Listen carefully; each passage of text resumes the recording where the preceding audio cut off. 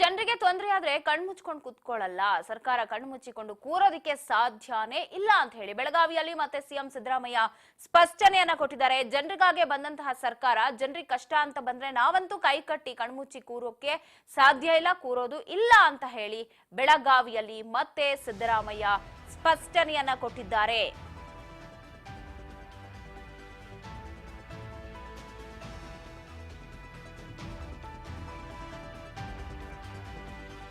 ವಿಜಯಪುರದಲ್ಲಿ ಈಗ ಸಿಎಂ ಸಿದ್ದರಾಮಯ್ಯನವರು ಸ್ಪಷ್ಟನೆಯನ್ನ ಕೊಟ್ಟಿದ್ದಾರೆ. ಜನರಿಗೆ ತೊಂದರೆಯಾದ್ರೆ ಕಣ್ಮುಚ್ಕೊಂಡು ನಾವು ಕೂರಲ್ಲ. ಒಂದ್ ಕಡೆ ಅಧಿವೇಶನ ನಡೀತಿದೆ, ಅಧಿವೇಶನಕ್ಕೆ ಹೋಗ್ತಾರೆ. ಅದಕ್ಕೆ ಮೊದಲು ವಿಜಯಪುರದಲ್ಲಿ ಹೇಳಿಕೆಯನ್ನ ಕೊಟ್ಟಿದ್ದಾರೆ ಸಿಎಂ ಸಿದ್ದರಾಮಯ್ಯನವರು.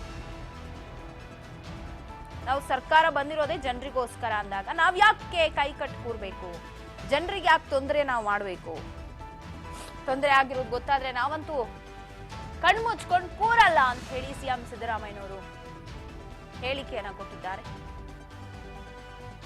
ವಿಜಯಪುರದಲ್ಲಿ.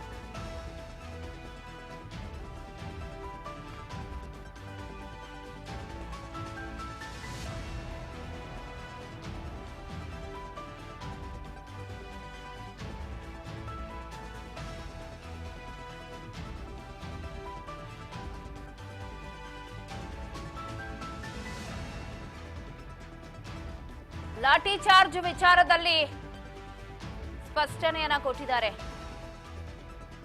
2A ಅಡಿಯಲ್ಲಿ ಮೀಸಲಾತಿ ಕಲ್ಪಿಸುವಂತೆ ಕೇಳ್ತಾ ಇದ್ದಾರೆ. ಈಗಾಗಲೇ ಲಾಠಿ ಚಾರ್ಜ್ ಆಗಿದೆ, ಜನರಿಗೆ ತೊಂದರೆ ಆಗಿದೆ. ತೊಂದರೆ ಮಾಡಬೇಕು, ಕಾನೂನನ್ನ ಕೈ ತಗೊಳ್ಳಿ ಅಂತ ನಾವು ಯಾರಿಗೂ ಹೇಳೇ ಇಲ್ಲ. ಶಾಂತಿಯುತವಾಗಿ ಇರಿ ಅಂತಾನೆ ನಾವು ಹೇಳಿರೋದು. ಕಾನೂನನ್ನ ಕೈಗೆ ತಗೊಂಡು ಜನರಿಗೆ ಅದರಿಂದ ಅನ್ಯಾಯ ಆದ್ರೆ ನಾವು ಸುಮ್ಮನೆ ಕೂರಲ್ಲ ಅಂತ ಹೇಳಿ ವಿಜಯಪುರದಲ್ಲಿ ಹೇಳಿಕೆ ಕೊಟ್ಟಿದ್ದಾರೆ. ಯಾರು ಅವ್ರು ಹೇಳ್ತಾರ್ರಿ, ಅವ್ರು ಬೇಕಾದ್ರೆ ನಾನು ಫೋಟೋಗಳು ತೋರಿಸ್ತೀನಿ. ಅವ್ರು ಕಲ್ಲು ಹೊಡೆದಿರೋದು, ನುಗ್ಗೋದು, ರಸ್ತೆ ಮೇಲೆ ಯಾಕೆ ಕೂತ್ಕೊಂಡ್ರು ಬಂದು ಸ್ವಾಮೀಜಿ? ಕಲ್ಲು ಎಸ್ದಿದ್ದಾರ್ರಿ. 20 ಜನ ಪೊಲೀಸ್ನವ್ರಿಗೆ ಹೆಂಗೆ ಇಟ್ಬಿಡ್ತೋಗಿರಲಿಲ್ಲ ಅಂತಂದ್ರೆ 20 ಜನಕ್ಕೂ ಹೆಚ್ಚು ಪೊಲೀಸ್ನವ್ರಿಗೆ ಕಲ್ಲಿ ಅವ್ರಿಗೆ ಏಟ್ ಬಿದ್ದು ಗಾಯ ಆಗಿದೆಯಲ್ಲ, ಹೆಂಗಾಯ್ತು? ಏನ್ ಪೊಲೀಸ್ನವ್ರು ಎಸ್ಕೊಂಡ್ರ ಕಲ್ಲ? ನೋಡಪ್ಪ, ಅವ್ರು ಹೇಳೋದ್ ನಂಬ್ತೀಯ, ನಾವ್ ಹೇಳೋದ್ ನಂಬ್ತೀಯ? ಅವ್ರು ಹೇಳೋದು ಏನು ಹೇಳ್ತೀಯ, ನಾನು ಹೇಳೋದು ಬರೀ ನಾನು ಹೇಳೋದಕ್ಕೆ ಎವಿಡೆನ್ಸ್ ಇದೆ, ಅವ್ರು ಹೇಳೋದಕ್ಕೆ ಏನು ಎವಿಡೆನ್ಸ್ ಇಲ್ಲ. ಮುಂದೆ ಏನಿಲ್ಲ ನೋಡಪ್ಪ, ಅವರು ಮುಂದೆ ಏನ್ ಮಾಡಬೇಕು ಅಂತಂದ್ರೆ they have to go to the permanent backward class commission ಮುಂದೆ ಹೋಗ್ಬೇಕು. ಪರ್ಮನೆಂಟ್ ಬ್ಯಾಕ್ವರ್ಡ್ ಕ್ಲಾಸ್ ಕಮಿಷನ್ ಅವರು ಹಿಂದೆ ಇದ್ದಂಥ, ಅವ್ರ ಕಾಲದಲ್ಲಿ ಇದ್ದಂಥ ಜಯಪ್ರಕಾಶ್ ಹೆಗ್ಡೆ ಅವರು ಒಂದು ವರದಿ ಕೊಟ್ಟಿದ್ದಾರೆ. ಏನಂತ ಕೊಟ್ಟಿದ್ದಾರೆ ಅಂತಂದರೆ 2A 2B ಈಗಿರೋ ರೀತಿಯಲ್ಲಿ ಇರಬೇಕು, ಅದಕ್ಕೆ ಯಾರನ್ನೂ ಹೊಸದಾಗಿ ಸೇರಿಸಬಾರ್ದು ಅಂತ ಹೇಳಿದ್ದಾರೆ. ಮತ್ತು 2Bನಲ್ಲಿ 4% ಇರ್ತಕ್ಕಂಥದ್ದನ್ನು ಮುಂದುವರಿಸಬೇಕು, ಅದನ್ನು ರದ್ದು ಮಾಡಬಾರ್ದು ಅಂತ ಹೇಳಿದ್ದಾರೆ. ಯಾರ ಕಾಲದಲ್ಲಿ ಹೇಳಿರೋದು? ಬಿಜೆಪಿಯವ್ರ ಕಾಲದಲ್ಲಿ ಇದ್ದಂಥ ಜಯಪ್ರಕಾಶ್ ಹೆಗ್ಡೆಯವರು, ಪರ್ಮನೆಂಟ್ ಬ್ಯಾಕ್ವರ್ಡ್ ಕ್ಲಾಸ್ ಕಮಿಷನ್ನ ಅಧ್ಯಕ್ಷರು ಹೇಳಿರ್ತಕ್ಕಂಥದ್ದು. ನಾವು ಕಾನೂನು ಪ್ರಕಾರ ಹೋಗ್ಬೇಕಲ್ವ ಸರ್ಕಾರ ಅಂತಂದ್ರೆ ಏನು? ಅವ್ರು ಕೇಳೋದಕ್ಕೆ ನಮ್ದೇನು ತಕರಾರಿಲ್ಲ, ಚಳುವಳಿ ಮಾಡೋದಕ್ಕೆ ತಕರಾರಿಲ್ಲ, ಹೋರಾಟ ಮಾಡೋದಕ್ಕೆ ತಕರಾರಿಲ್ಲ. ಆದರೆ ಎಲ್ಲವೂ ಕೂಡ ಶಾಂತಿಯುತವಾಗಿ ಪ್ರತಿಭಟನೆ ಮಾಡಬೇಕು. ಕಾನೂನನ್ನು ಯಾರೂ ಕೂಡ ಕೈಗೆ ತಗೊಳ್ಳಬಾರದು. ಕಾನೂನು ಕೈಗೆ ತಗೊಂಡು ಸಾರ್ವಜನಿಕರಿಗೆ ತೊಂದರೆ ಆದರೆ ಸರ್ಕಾರ ಕಣ್ಮುಚ್ಕೊಂಡು ಕೂತ್ಕೊಳ್ಳೋಕ್ಕಾಗಲ್ಲ. ಟ್ರ್ಯಾಕ್ಟರ್ ಮೂಲಕ ಮಾಡ್ತೀವಿ ಅಂತಂದ್ರೆ, ಟ್ರ್ಯಾಕ್ಟರ್ ತಗೊಬಂದು ಚಳುವಳಿ ಮಾಡ್ತೀವಿ ಅಂದರು, ಟ್ರ್ಯಾಕ್ಟರ್ ಮೂಲಕ ಮಾಡೋಕ್ಕಾಗಲ್ಲ ಅಂತಂದ್ರು. They went to the court. ಕೋರ್ಟ್ನವ್ರು ಏನು ಹೇಳಿದ್ರು? ಶಾಂತಿಯುತವಾಗಿ ಮಾಡಿ ಅಂತ ಹೇಳಿದ್ರು. ಸಾರ್ವಜನಿಕರಿಗೆ ತೊಂದರೆ ಕೊಡದೇ ರೀತಿಯಲ್ಲಿ ಶಾಂತಿಯುತ ಮಾಡಿ ಅಂತ ಹೇಳಿದ್ರು. ಇವರು ಶಾಂತಿಯುತವಾಗಿ ಮಾಡೋದ್ರ ಬದಲು ಇವರು ಕಾನೂನನ್ನು ಕೈಗೆ ತಗೊಳ್ಳಿಕ್ಕೆ ಪ್ರಾರಂಭ ಮಾಡಿದ್ರು.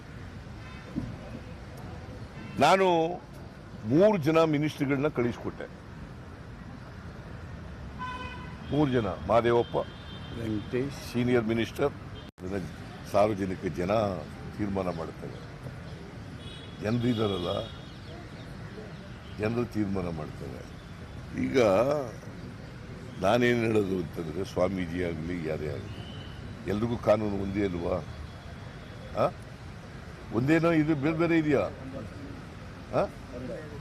ನನಗೂ ಒಂದೇ, ಸ್ವಾಮೀಜಿಯವ್ರಿಗೂ ಒಂದೇ, ಬೇರೆ ನಿನಗೂ ಒಂದೇ ಅಲ್ವಾ? ಕಾನೂನು ಅಂದರೆ equality before law, equal protection of law, article 14 of the Indian constitution. Equality before law, equal protection of law ಅಲ್ವಾ? ಗೊತ್ತಾ ನಿಮಗೆ ಅದು?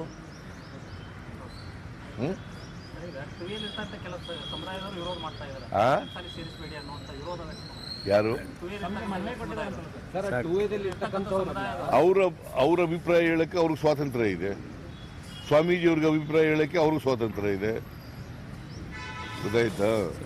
ಅಲ್ಟಿಮೇಟ್ಲಿ ಸಂವಿಧಾನ ಏನ್ ಹೇಳ್ತದೆ ಅದ್ರ ಪ್ರಕಾರ ನಾವು ನಡ್ಕೋತೀವಿ. ಸಿದ್ದರಾಮಯ್ಯನವರು ವಿಜಯಪುರದಲ್ಲಿ ಹೇಳಿರುವಂತದ್ದು, ಸ್ವಾಮೀಜಿಗಳಿಗೆ ಯಾರೂ ಕಲ್ತೂರಾಟವನ್ನ ಮಾಡಿಲ್ಲ. ಅವ್ರು ಹೋಗಿ ಕೋರ್ಟ್ ಹತ್ರ ಹೋದ್ರು, ಟ್ರ್ಯಾಕ್ಟರ್ ತಗೋಬರ್ತೀನಿ ಅಂದ್ರು, ನಾವು ಟ್ರ್ಯಾಕ್ಟರ್ ಬೇಡ ಅಂತ ಹೇಳಿದಾಗ ಕೋರ್ಟ್ ಕೂಡ ಶಾಂತಿಯುತವಾಗಿ ನೀವು ಹೋರಾಟವನ್ನ ಮಾಡಿ ಅಂತ ಹೇಳಿದ್ರು. ಆದ್ರೂ ಕೂಡ ಇಲ್ಲಿ ಈ ರೀತಿ ವಿಚಾರಗಳೇನು ಸದ್ದಾಯ್ತು. ಇದೆಲ್ಲದಕ್ಕೂ ಕಾನೂನನ್ನ ಕೈಗೆ ತೆಗೆದುಕೊಳ್ಳೋಕೆ ಹೋಗಿದ್ದೇ ಸಾಕ್ಷಿ ಆಯ್ತು.